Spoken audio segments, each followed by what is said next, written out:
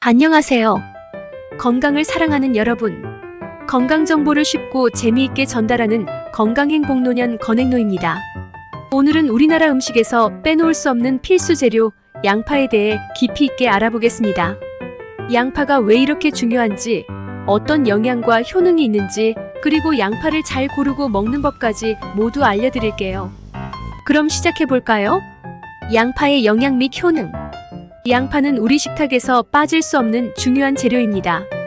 그 이유는 양파가 다양한 영양소와 효능을 가지고 있기 때문입니다. 양파의 영양소. 양파의 주요 성분 중 하나는 수분으로 전체의 90%를 차지합니다. 하지만 그 외에도 단백질, 탄수화물, 비타민C, 칼슘, 인, 철 등 다양한 영양소가 다량 함유되어 있습니다. 퀘르세틴은 양파에 풍부하게 들어있는 플라보노이드입니다. 이 성분은 강력한 항산화 작용을 하여 활성산소로부터 세포를 보호하고 염증을 줄이는 데 도움을 줍니다. 또한 지방과 콜레스테롤이 혈관에 축적되는 것을 억제하여 고혈압과 심혈관 질환을 예방하는 데 효과적입니다. 크롬. 양파에는 크롬이 풍부하게 들어있습니다. 크롬은 포도당 대사의 항상성을 유지하는 미량 무기질로 인슐린 작용을 촉진하여 혈당 조절에 도움을 줍니다. 특히 당뇨 환자에게 유익합니다. 알리신. 양파의 매운맛을 내는 성분인 알리신은 강력한 항균 및 항바이러스 작용을 하여 면역력을 높이는 데 도움을 줍니다. 또한 알리신은 신경 안정제 역할을 하여 숙면을 도와주고 혈압을 낮추는 효과도 있습니다. 글루타사이온은 양파에 들어있는 항산화 성분으로 간의 지방 분해를 도와 숙취 해소에 효과적입니다. 또한 비타민 B1의 흡수를 촉진하여 피로 회복에도 도움이 됩니다. 양파는 여러 가지 건강상의 이점을 제공합니다. 심혈관 건강. 양파의 퀘르세틴과 알리신은 혈관을 건강하게 유지하는 데 중요한 역할을 합니다. 이들 성분은 혈관 내 콜레스테롤을 감소시키고 혈압을 낮추며 혈액순환을 개선하여 심혈관 질환의 예방에 도움을 줍니다.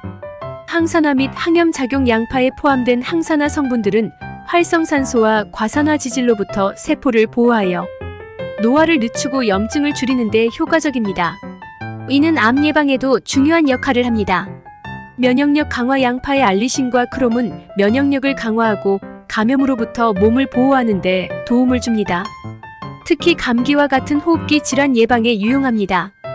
혈당 조절. 크롬 성분은 인슐린의 효과를 증대시켜 혈당을 조절하는 데 도움을 줍니다. 이는 당뇨병 환자에게 특히 유익합니다. 소화기 건강. 양파는 소화기 건강에도 도움을 줍니다. 양파에 들어있는 섬유질은 장 건강을 개선하고 배변 활동을 원활하게 하여 변비 예방에 효과적입니다.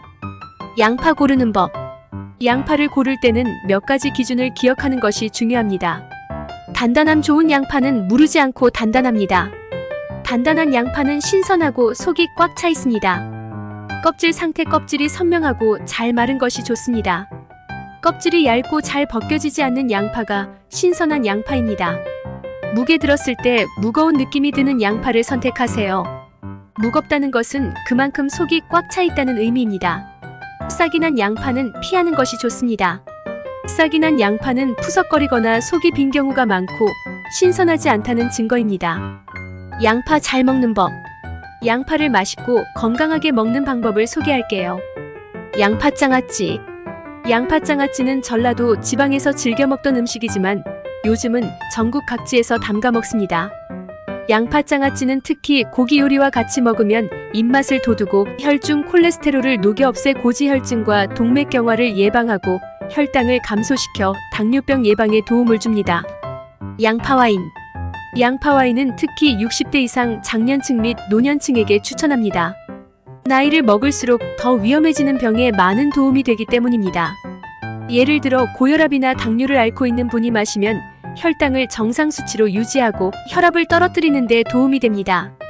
무릎 통증이나 관절 질환에도 효능이 있고 혈액순환도 개선된다고 하니 양파와인은 가히 국보급 효능을 자랑합니다. 다만 양파와인도 술이니 꼭 속을 채우고 드셔야 해요. 양파와 육류. 양파와 육류를 함께 섭취하면 영양의 균형을 이뤄주며 양파의 퀘르세틴 성분이 항산화 작용을 하여 활성산소를 제거해줍니다.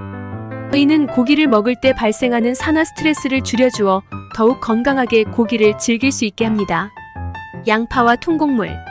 양파와 통곡물을 함께 섭취하면 면역력을 강화하는 데 도움이 됩니다. 통곡물에 들어있는 아연이 양파의 유황과 결합하여 면역력을 높여줍니다.